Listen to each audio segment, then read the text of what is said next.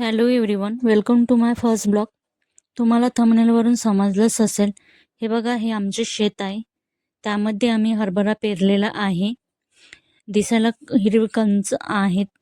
त्याची भाजी खूप भारी लागते आणि भाकरीसोबत त्यापेक्षा टेस्टी लागते. आणि हो, चॅनलला नवीन असाल तर चॅनलला सबस्क्राईब करा, लाईक करा, कमेंट करा, शेअर करा. Thank you for watching.